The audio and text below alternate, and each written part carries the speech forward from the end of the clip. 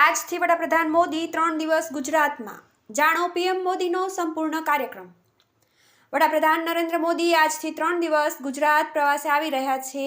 આ દરમિયાન તેઓ અનેક વિકાસ કાર્યોની ભેટ આપશે. સાથોસાથ કેટલીક મહત્વપૂર્ણ બેઠકોની અધ્યક્ષતા પણ કરશે. ત્યારે આ દિવસો દરમિયાન વડાપ્રધાન મોદીના કાર્યક્રમો આ પ્રમાણે નિર્ધારિત કરાયા છે. 15 સપ્ટેમ્બરનો કાર્યક્રમ. વડાપ્રધાન મોદી 15 થી 17 સપ્ટેમ્બર સુધી ગુજરાત પ્રવાસે આવી રહ્યા છે. ત્યારે આજે 15 સપ્ટેમ્બરે વડાપ્રધાન સાંજના સમયે અમદાવાદ એરપોર્ટ પહોંચ્યા બાદ સાંજે 4:30 વડસર એરફોર્સ સ્ટેશન જશે, જ્યાં નવા ઓપરેશન કોમ્પ્લેક્સની મુલાકાત લેશે. ત્યારબાદ સાંજે 6 વાગે રાજભવન જશે, જ્યાં રાત્રિ રોકાણ અને બેઠકનું આયોજન કરાયું છે. 16 સપ્ટેમ્બરનો કાર્યક્રમ.